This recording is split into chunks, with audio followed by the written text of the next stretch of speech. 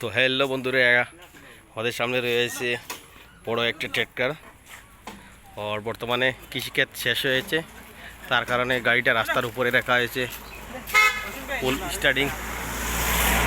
দেখো এত ছোটো একজন ড্রাইভার কীভাবে গাড়িটাকে হ্যান্ডেল করে, কি সুন্দরভাবে গাড়িটি।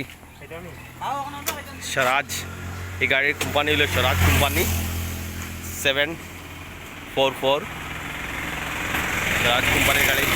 আমি এখন গাড়ির ড্রাইভারের সাথে কিছু কথা বলবো। কি দাদা, ক্ষেতের কাজ শেষ হয়ে গেছে? এখন টিং কাটছেন? এটা কি এটা স্টার্টিং না নি?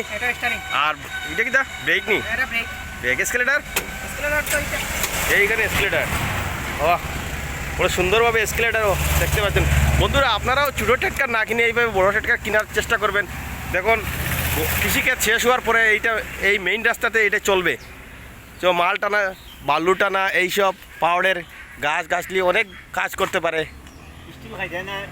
হ্যাঁ, কি সুন্দরভাবে লাঙ্গল। আমি লাঙ্গলের নিচটা আপনাদেরকে পুরোভাবে দেখাচ্ছি কীরকম হচ্ছে।